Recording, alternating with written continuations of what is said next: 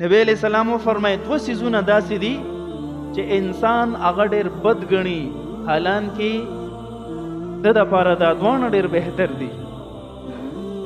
اولنی څه دي؟ یکره الموت والموت خیر للمؤمن من الفتنه.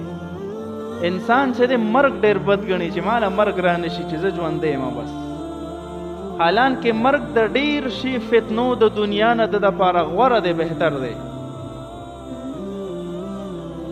د بیمارۍ د فتنې نه، د نافرمانه اولاد د فتنې نه، د دشمنۍ د فتنې نه، د فرقواریت د فتنې نه، د دشمنۍ او وغیره وغیره د دنیا چې څومره فتنې دي، د دې ټولو نه د انسان دپاره مرګ بهتر دی.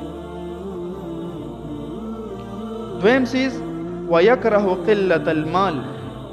دا انسان د مال قلت نه خوښوي چې ما سره ولې پیسې لګي دي، زیاتې پکار وي. وقلة المال اقل للحساب. حالانکې د مال کموالی دا په حساب کې کموالی راولي.